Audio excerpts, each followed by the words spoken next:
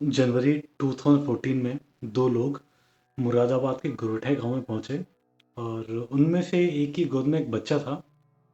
वो बोला, तीर्थंकर महावीर मेडिकल कॉलेज में मेरी पत्नी ने एक बच्ची को जन्म दिया है जो कि अब मर गई है।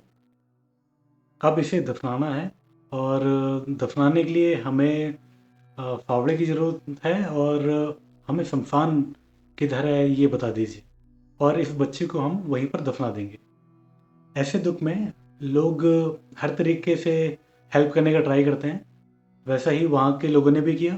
गांव के पास में ही एक गंगा नदी बहती है जिसके पास ही एक शमशान है और गांव और उसके आसपास के जो भी गांव थे नदी के आसपास के, तो अंतिम संस्कार उनका सबका वहीं होता था। तो गांव के कुछ लोग फावड़ा लेकर के उन लोगों के साथ में शमशान की ओर चल दिए। गांव के लोगों में से एक आदमी दुकान से एक कफन भी लेके आ गया। नदी के किनारे पहुंचकर गांव के लोगों में से एक ने गड्ढा भी खोद दिया उस बच्चे को दफनाने के लिए। वो लोग जैसे ही उस बच्चे को दफनाने वाले थे तभी वो रोने लगा। बच्ची के रोने की आवाज़ सुन करके गांव वाले चौंक गए, क्योंकि ये जो दो लोग आए हुए थे इन्होंने बोला था कि ये इनकी बेटी है और ये मर गई है, लेकिन जबकि वो जिंदा थी। बच्ची के जिंदा होने पर उसके बाप को और जो उसके साथ में एक आदमी आया हुआ था उन दोनों को खुश होना चाहिए था, लेकिन यहाँ उल्टा हो रहा था। वो दोनों घबरा गए थे। उनके चेहरे को देख करके गांव वाले लोगों को शक हुआ कि जरूर कुछ ना कुछ गड़बड़ है। कहानी में आगे बढ़ने से पहले आप हमारे चैनल को सब्सक्राइब कर लीजिए, जिससे हमें मोटिवेशन मिलेगा इस तरह का और भी कंटेंट बनाने के लिए।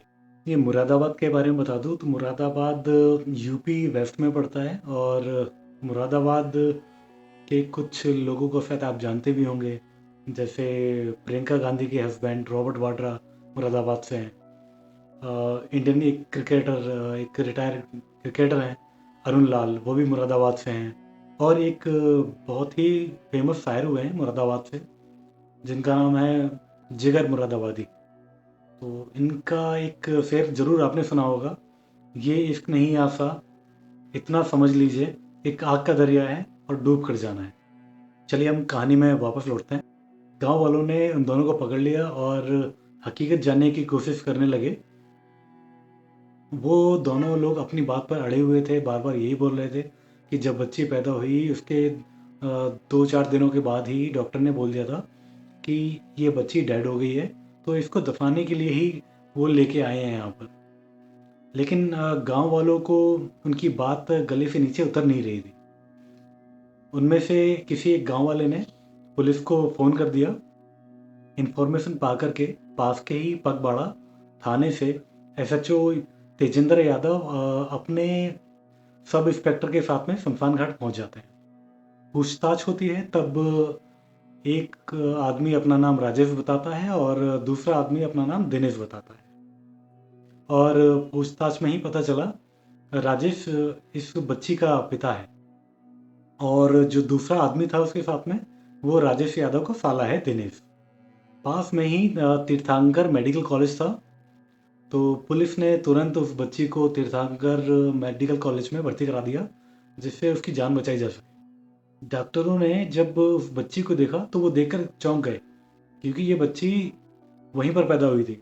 ये चीज़ उन्होंने पुलिस वालों को बताई और उसकी माँ भी इस वक्त उस मेडिकल कॉलेज में एडमिट थी। डॉक्टरों ने बताया जब राजेश बच्ची को लेके गया था तब वो बच्ची जिंदा थी और उसके मरने का कोई सवाल ही नहीं है। ये मैटर काफ़ी सीरियस लग रहा था, तो एसएचओ तेजेंद्र यादव ने सिटी एसपी को बताया।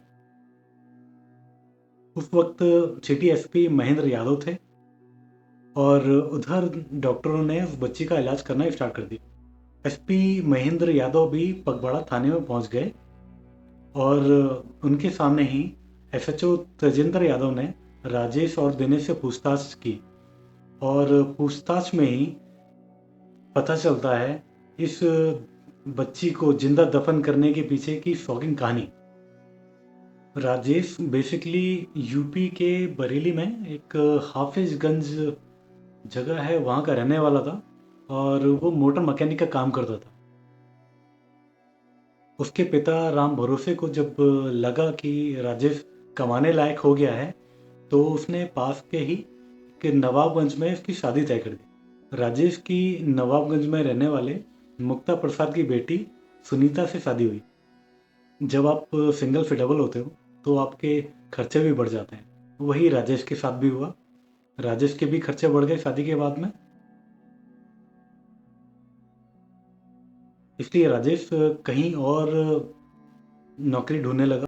इसी बीच राजेश की नौकरी उत्तराखंड के रुद्रपुर में एक फैक्ट्री में लग गई, जहाँ पर वो गाड़ियों की चेन बनाने का काम करता था।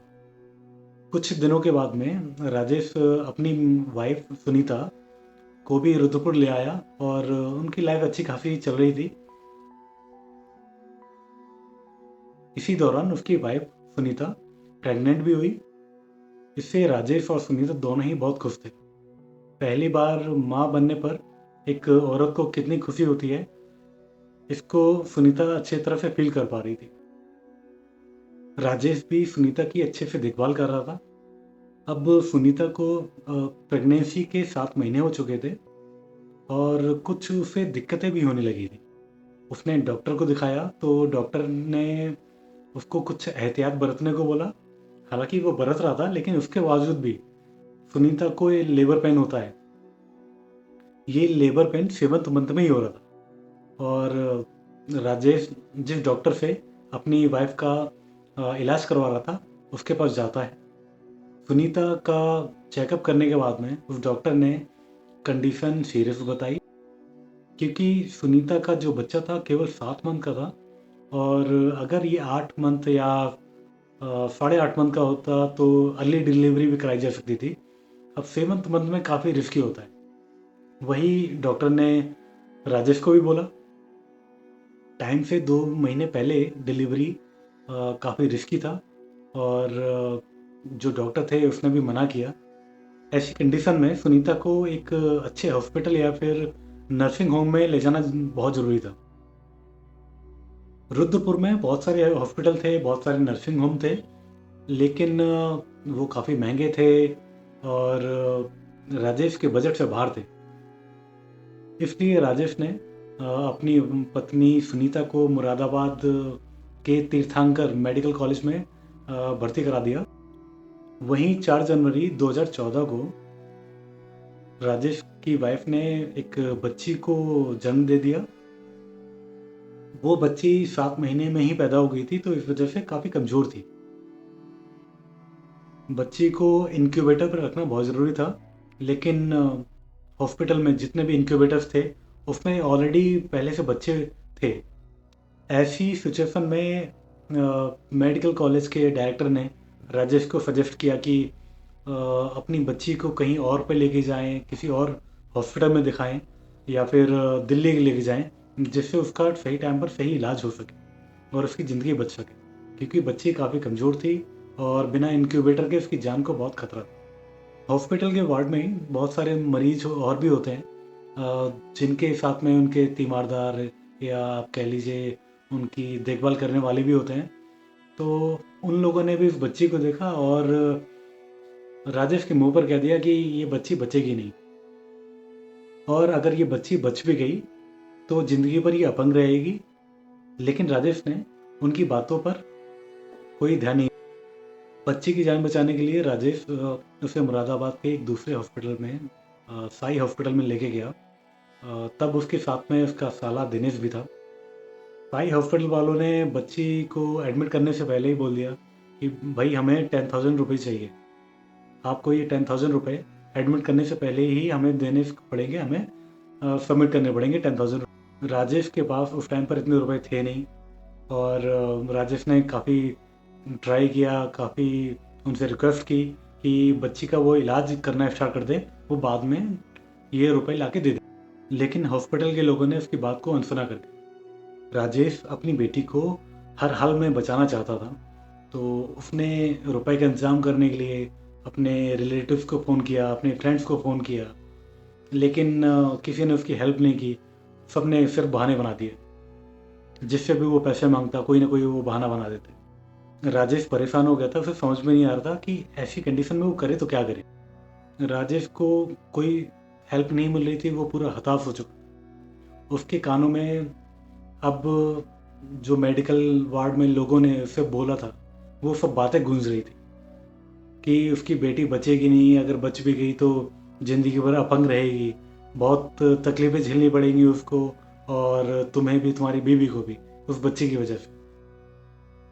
राजेश ने सोचा कि जब ये बच्ची पूरी ज़िंदगी विकलांग रहेगी तो इसको बचाने से क्या फ़ायदा, इससे तो अच्छा है कि ये मर जाए। राजेश के मन में एक दूसरी बात ये भी घूम रही थी कि अगर ये बच्ची बच गई तो ज़िंदगी भर वो परेशान रहेगी। इसलिए उसने अपनी बेटी को ख़त्म करने का सोच लिया। राजेश ने ये बात अपने साले दिनेश को भी दिनेश ने भी अपनी जीजा की हाँ में हाँ मिला करके उस 5 से 6 दिन की बच्ची को मारने के लिए बोल दिया। अब दोनों ने ये सोच तो लिया था कि बच्ची को मार देंगे, लेकिन दोनों की हिम्मत नहीं थी कि अपने हाथों से उसका गला दबा सके। दोनों ने ट्राई किया, लेकिन उनके हाथ उस बच्ची के गले तक ही नहीं पहुंच रहे। फिर उन्होंने डिसाइड किया कि बच्ची को जिंदा ही दफन कर देंगे, और अगर सुनीता पूछेगी कि बच्ची को क्या हुआ तो बोल देंगे कि वो ख़त्म हो, और इसीलिए हम उसे दफना के आ गए। अब बच्ची को दफनाने के लिए उनको गड्ढा भी खोदना था, लेकिन गड्ढा खोदने के लिए उनके पास कोई औजार नहीं था। इसलिए वो फावड़े को मांगने के लिए पास के गुरेठा गांव में पहुंच गए। उन दोनों ने गांव वालों को बताया कि हमारी बच्ची है जिसकी मौत हो गई है। तो ऐसी कंडीशन में गांव वालों ने उनकी हेल्प की। गांव के लोगों ने फावड़ा लिया और गांव के पास में ही बहने वाली एक गांगन नदी, जहां पर गांव के आसपास के लोगों का अंतिम संस्कार किया जाता था, उन दोनों लोगों को लेकर के वहां पर पहुंच गए। अब वो 5-6 दिन की बच्ची, जिसकी आंखें अभी तक खुली भी नहीं थी, दुनियादारी से उसे कोई मतलब भी नहीं। माँ की गोद से वो पिता की गोद में इसलिए आई थी कि पिता उसका इलाज करा सके। लेकिन उस बच्ची को क्या पता था कि जिन हाथों से उसका कन्यादान होना था, उन्हीं हाथों से उसको दफनाने की प्लानिंग हो रही थी। लोगों ने गड्ढा खोद दिया, और जैसे ही राजेश दफनाने के लिए उस बच्ची को उस गड्ढे पे लिटाता है, तो जो रेत थी वो ठंडी थी। जनवरी का महीना था। ठंडी रेत जैसे ही बच्ची के लगी तो बच्ची अपने हाथ पैर हिला करके रोने लगी। शायद वो बच्ची रोते रोते पूछ रही थी कि मेरी क्या गलती है, मुझे क्यों मार रहे। अचानक बच्ची की रोने की आवाज़ सुन करके राजेश और दिनेश दोनों घबरा गए। उनके मन में ये चल रहा था कि काश बच्ची 2 मिनट और ना रोती तो ये उसको दफना देते। बच्ची के रोने की आवाज़ सुन करके गांव वाले चौंक गए, और गांव वालों ने उनको पकड़ लिया और पुलिस को बुला लिया।